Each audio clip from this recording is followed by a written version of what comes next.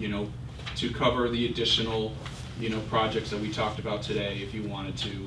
Again, it has to stay within the funds it's in, can't be moved around, but this way you would be able to see this on the financials each month. On your balance sheet, you would see a line called future projects. This, you don't have to do this. This is really, kind of an internal report as well as an internal thing. And you can modify this report to kind of, craft it if you want it to look a little bit different or have some different information. But again, the goal is to kind of really fine tune, when we have some of these discussions as to where the money could come from. And that's really the purpose of this. Questions? The 001 account, the 489 we were talking about earlier? Yeah, I won't stipulate to the 489 because I'm not sure where that number came from. I can stipulate to that there being excess. Do we want to discuss that right now, or is that Well, that later? Basically, it will all roll together, the 49 or whatever that difference is, into that number that I have classified as $800,000. Okay, what I was getting to is that the need necessity of that money in 2019 looks like to me that it's going to be repair and replacement. And I'd like to see the entire 489 or whatever component of or percentage of 489 it is to go to the repair and replacement fund of 001. Now, what I can do here, if I switch back to the financials that we just presented, and you can look at Fund 001,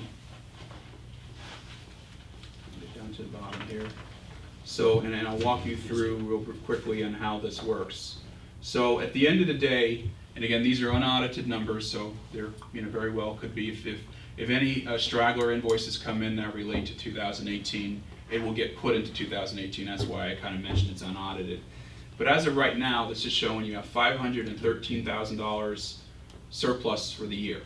Okay? Now, you have to take out from there the amount that you have budgeted. You don't have to, but that was kind of what was in the budget, to transfer $156,000 from the general fund over to the general fund capital improvements fund, which is really in our last thing, the next column over. So I've already done that in the schedule I put together for you. So in other words, you got to take, from the 513, at the very least, you would take out the 156. What's the 156 for? The 156 is for future capital projects. Capital. Capital. 001. It's the fund designation is 300. It's basically, this has been going on every year. We budget a certain amount. It's been called fixed asset reserve. It's really what you're using to fund your capital projects. For example, the general fund's share of a new building. Building, okay. Whatever staff puts into that plan, so that's how that fund gets money. But the 156, what was the math that arrived at that number instead of? It was basically, there wasn't any math at the time. Okay. It was basically, here's what the general fund can hold and what the board at the time was willing to. Okay, gotcha. I know what you're talking about now. Then I would go then less the 156. The remainder go to the 001 repair and replacement fund, because that's where we have a major shortage. And with that being said, we had some discussion in the workshop that the flowway cleaning, we would like that to come out of that surplus. Yeah. I don't believe we need any action on that as far as a motion. No. When Chris comes back and says, hey, this is what it's going to cost, we will then cite to Stephen that it will come out of that. And Right. in addition to the bathymetric study, which that means if we have prioritized that as a 2019, then Chris should be moving forward on scoping and authorizing the bathymetric. Are we all in agreement? Yes. Yeah. And But we the don't way need a this- motion for that, he's just going to do it. The way this could work very simply is, and you don't have, you can make a motion right now that says, I want to move $357,000 into a maintenance reserve for the general fund. You can do that. The option B is, again, what we have in front of you is to say, I'm going to reserve, or I'm going to assign, is the other word they use, $800,000 is going to be put into this future projects. And then as the board decides each project, they can make this, and Chris would bring in and say, yeah, this money is going to be paid out of the reserve from the general fund, and then we would literally go in there and do the accounting for it to move it, and then the number would go from 800 to 700,000. And it would just be a running number for you as you commit money, you know, that way you know, okay, well, if I need to spend this, where's it come from? I can go to this page in my balance sheet and I know exactly what I have left Is there over. any advantage or disadvantage in doing it either way? Either way, we'll account for It it. comes up with the same thing. It's gonna come up with the same thing. As long as you're comfortable, when you ask that question, you can point somewhere and say, you know, there's no confusion or doubt as to what's available, and obviously you don't wanna overspend. I just want to memorialize that it happened, because some of these. And there was a years- surplus, there was and a we keep an eye surplus. on it too, because That's that's, I exactly mean, right. basically, that's our cushion Yes. in the event that we meet all of our project requirements for 2018. That's And- the buffer that we have. Right.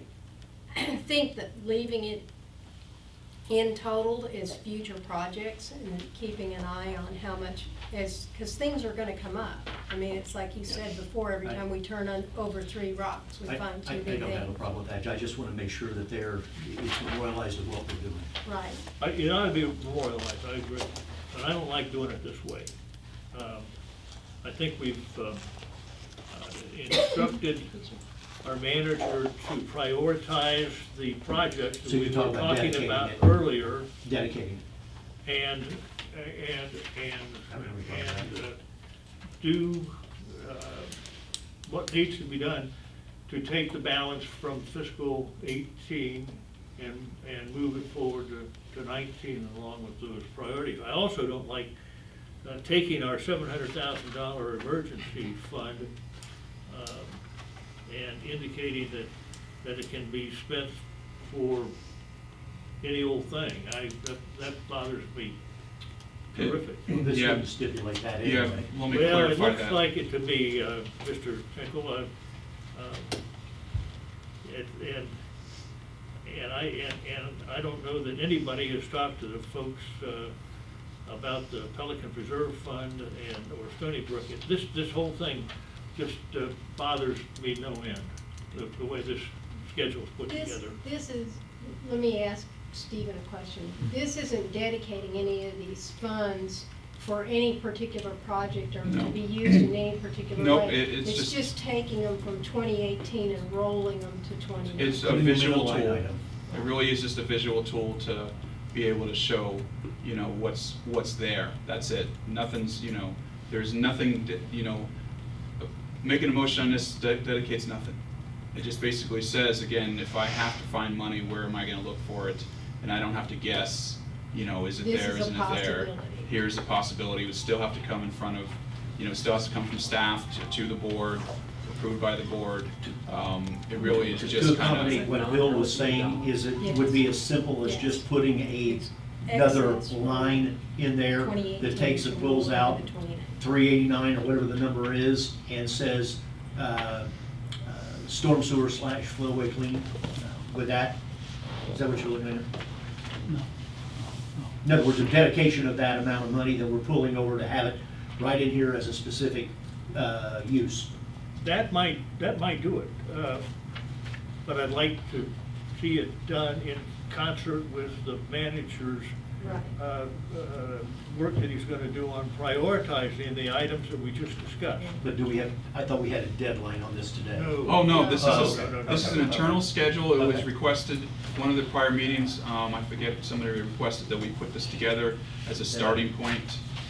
So I wanted to put it out here This and, is information. yeah, you know, I mean, again, we've included, you know, the motion in case you did want to make a motion, but nothing, no action is required. You know, it's a good exercise to do at the end of each year. To kind of We've take a never look done at it before.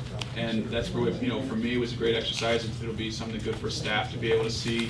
I know that, you know, we had talked about it, staff and the board, of at some point, putting some line into the balance sheet to separate funds. It doesn't have to be today, it could be once the priority list is done.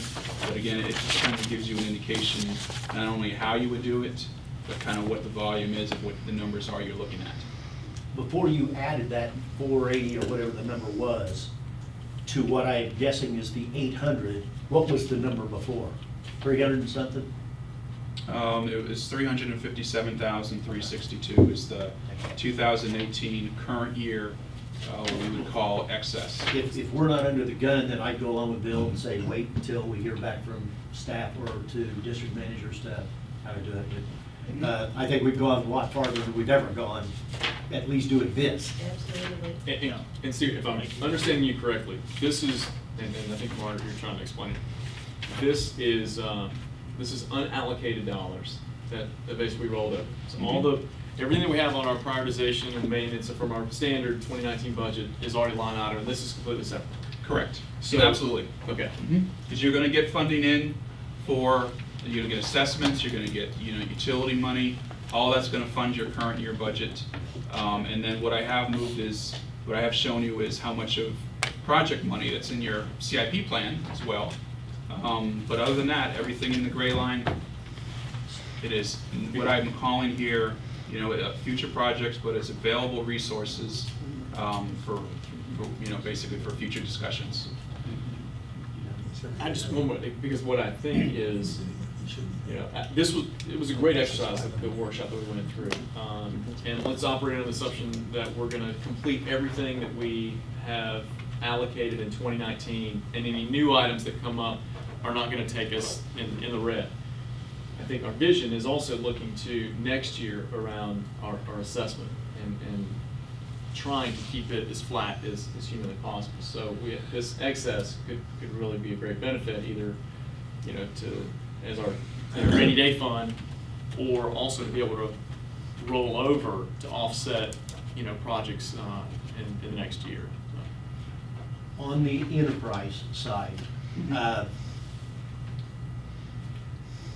our rate consultant and Russ are gonna come back and tell us, you've lived on this system long enough. Split it into the 3 accounts. Leaving it there at the 4.1, and I'm assuming that was 3 million, 2.8 or something like that before? Yeah, something like that. Okay. We're not doing anything to solidify this methodology of one deal. In other words, we want to split it into water, wastewater, and irrigation. Yeah, This is just a holding tank. again, just the first step exercise of kind of going through it to say, okay, if, we spend, $1 million plus this year, what's in our budget, what would be left over? And then once we get those reports, it gets split out from there, and again, this is really just the first step. Okay. I can go along with that. You think they're going to recommend a split into 3? Does that sound like a good idea to you? To me, it's the only legal way of doing it. What's legal? Well, when you're assessing people water, sewer, and reuse, it's not fair and equitable to lump the money together because you don't know which one made a profit or which one had a loss. We're just blending these things. Water should stand on its own, wastewater should stand on its own, and irrigation. And what really shows that is, if you will remember our discussion 2 hours ago, we have a plethora of expenses on irrigation. And we have basically let irrigation go for a long time of collecting token amounts. And irrigation needs to step up and pay its fair share. Now, on the other hand, I don't know that we've ever had an accounting, and I don't know that I want to ask for it because it probably costs a mint, of this 4.1 million, how was it earned? Don't go there. Don't go there. I'd rather go back, and I think this is what Russ and our rate consultant is doing, determining what we need in the next 5 years, 3 years, then taking this 4.1, divvying it to where it's best Yeah. needed. Yes. And I don't have a problem with that. I don't know any other way of doing it. Now, understand that you may end up with a big increase in your irrigation rates if you're doing it that way. There's no may to it. It's a shall. But we're not paying. Yeah, we know it's coming. We know it's coming. All right, I just wanted to, But as long point as, out as what- long as doing this is just a holding deal, I have no problem with that at all. Yeah. My sewer is the highest on my bill. Because you flush so Personally. much. I'm gonna bring my bill over to what you're looking at. Okay. City of Fort Myers. Your, and to tell you the $90 a truth, month. we've never analyzed to know whether it's artificially high or artificially low. We don't know the I answer to know, that. that's true. We'll We know will. the answer. The new system will. Madam Chair, if I may, and Yep. while we're on rates and fees and utilities, just a thought. Chris had mentioned during the course of his presentation about the new rate and the consideration of hiring the attorney. I was gonna ask. There, we can't recapture more than the past 90 days. I disagree. The adjustment of bills for overcharging or undercharging under the rule says we have the right to correct that, but it says the adjustment shall be accomplished over a period of not to exceed 90 days. So that if we find out they've been undercharged, we can send them a notice and then they can pay that out over 90 days. I think arguably the statute, we could go back a number of years arguably. And So the that's 90 a- days is a payout period, not a reimbursement period. That's correct. I mean, it's not a Big difference. recapture period. That's what as I read that, at section 12 of the rules. It's And what we're WCI. waiting to do too, Tony, is once we put that new meter in, then we can get a good figure You know on what what the- that difference was, so, Then based send on them a that bill. usage. Send them a bill. To WCI. Yeah, if it's a result of incorrect meter reading, defective metering, incorrect application of rate schedules. No Or metering. mistaken billing, we may be credited or billed, as the case may be. Do it in the peak dry weather season. I just want to make a correction for that. So I don't know if you're relying upon that section 12, that's just it says the adjustment shall be accomplished over a period not to exceed 90 days. WCI. Unless otherwise directed, so you can give a longer time. So based on this discussion, is there any need for a motion to do anything at this point in time? I don't No, think there is. no. Okay, that brings us to supervisor comments. Mr. Tinkle. Start with you. I want to go back on this deal and make sure that I understand what's going on this littoral deal. This Hampton Park has been an eye-opener. We're not telling, staff is not directing our vendors to do something contrary to the DO, are we? Not at all. As a matter of fact, we probably need to take a little closer look at the DO, because there is some flexibility in there, but that's our guiding light, is what the development order says.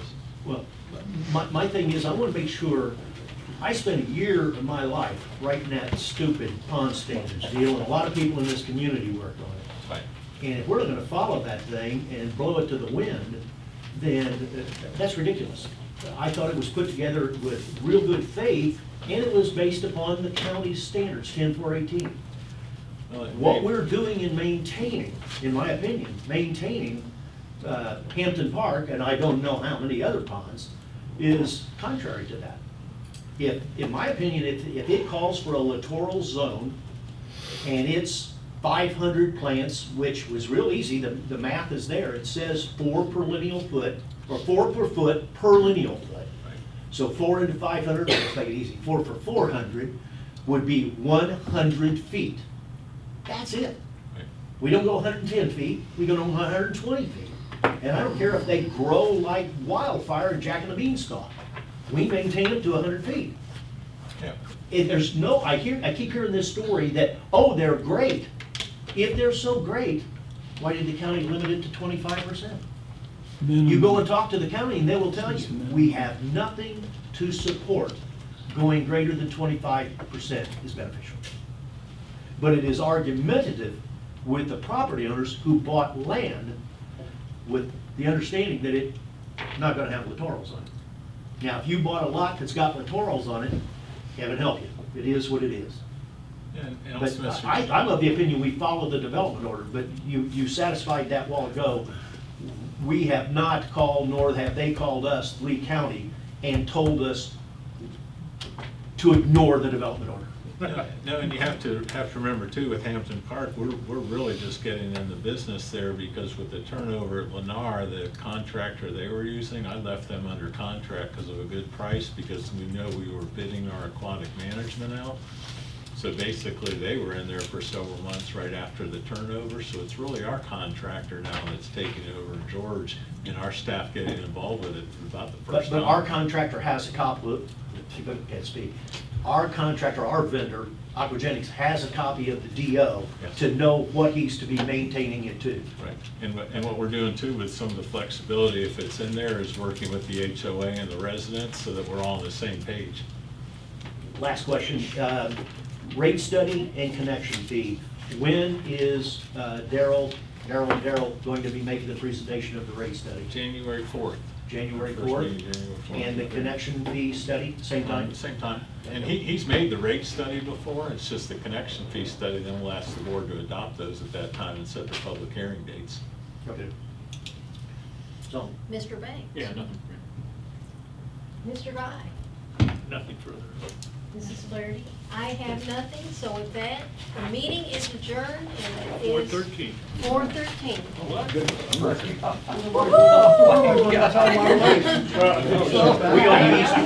we out there planning somewhere. Really 7:13. How did that